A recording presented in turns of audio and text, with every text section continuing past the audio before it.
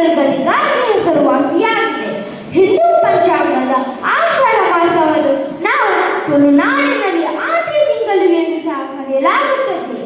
ಇದು ಪ್ರಕೃತಿಯ ಆರಾಧನೆ ಮತ್ತು ಆರೋಗ್ಯ ರಕ್ಷಣೆಗೆ ಒಂದು ವಿಶಿಷ್ಟವಾದ ಕಾಲವಾಗಿದೆ. ನಾನು ಈಗ ಆಟಿ ಹಿನ್ನೆಲೆ ಮತ್ತು ಕೃಷಿ ಬದುಕು ಬಗ್ಗೆ ಮಾತಾಡುತ್ತೇನೆ. ಜೂನ್ ಜುಲೈ ತಿಂಗಳ ಭತ್ತದ ನಾಟಿ ಮುಗಿಯುವ ನಂತರ ಬರುವ ಆಟಿ ತಿಂಗಳು ರೈತರ ವಿಶ್ರಾಂತಿಯಿಂದ ಕೊಳ್ಳುವ ಸಮಯವಾಗಿದೆ. ಈ ತಿಂಗಳಲ್ಲಿ ಕರಾವಳಿಯಲ್ಲಿ ವಿಪರೀತ ಮಳೆ ಸುರಿಯುವುದರಿಂದ ಯಾವುದೇ ಕೃಷಿ ಕೆಲಸವನ್ನು ಮಾಡುತ್ತಿರಲಿಲ್ಲ. ಇದರ ಕಾರಣ ರೋಗ ರುಜಿನಗಳು ಮತ್ತು ಆಹಾರದ ಕೊರತೆ ಹೆಚ್ಚಾಗಿ ಇದನ್ನು ಹಿಂದಿನ ಕಾಲದಿಂದಲೇ ಒಂದು ಕಷ್ಟದ ಕಾಲ ಎಂದು ಪರಿಗಣಿಸಲಾಗಿತ್ತು.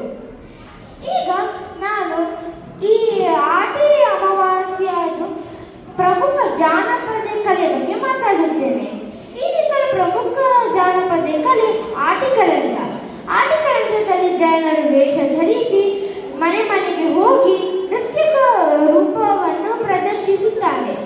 ಜನರ ದೌರ್ಬಲ್ಯ ಮತ್ತು ಅವರ ರೋಗ ಮತ್ತು ಕಾಯಿಲೆಗಳನ್ನು ದೂರ ಮಾಡುತ್ತಾರೆ ಎಂಬುವ ನಂಬಿಕೆ ಸಹ ಇದೆ.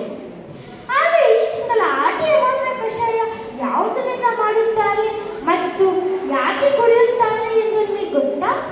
ಈ ತಿಂಗಳ ಆಟಿ ಅಮಾವಾಸ್ಯೆ ಕಷಾಯ ನಾವು ಪಾರೆ ಮರದ ಕೆಟ್ಟೆಯಿಂದ ಮಾಡಿ ಕುಡಿಯುತ್ತೇವೆ. ಇದು ಆಟಿ ಅಮಾವಾಸ್ಯ ಕಷಾಯದಲ್ಲಿ ವಿಪರೀತ ಮಳೆ ಸುರಿಯುವುದರಿಂದ ಕಾಯಿಲೆ ಮತ್ತು ರೋಗ ರುಜಿನಗಳಿಗೆ ಒಂದು ಆಂಟಿಬಯೋಟಿಕ್ ಅಂದರೆ ರೋಗ ನಿರೋಧಕ ಶಕ್ತಿಯನ್ನು ನೀಡುತ್ತದೆ. ಇದರಿಂದ ನಮಗೆ ಮಳೆಗಾಲ ಸಮಯದಲ್ಲಿ ಯಾವುದೇ ಕಾಯಿಲೆ ಬರುವುದಿಲ್ಲ. ಈ ತಿಂಗಳ ಆಹಾರ ಪದ್ಧತಿ ಬಗ್ಗೆ ಮತ್ತು ನಿಯಮಗಳ ಬಗ್ಗೆ ಗೊತ್ತಾ ನಿಮಗೆ?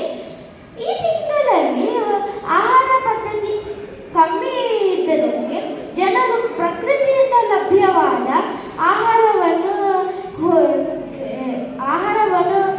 ಒಂದು ಕಾಲಕ್ಕೆ ತಕ್ಕ ತಯಾರಿಸುತ್ತಿದ್ದರು. ಉದಾಹರಣೆ ತಜಗ್ಗು, ಪಟ್ರೋಡೆ, ಕೊಟ್ಟಿಗೆ ಇಂತಹ ವಿಭಿನ್ನ ಕಾಲಕ್ಕೆ ತಕ್ಕ ಆಹಾರ ಪದ್ಧತಿಯನ್ನು ತಯಾರಿಸಿ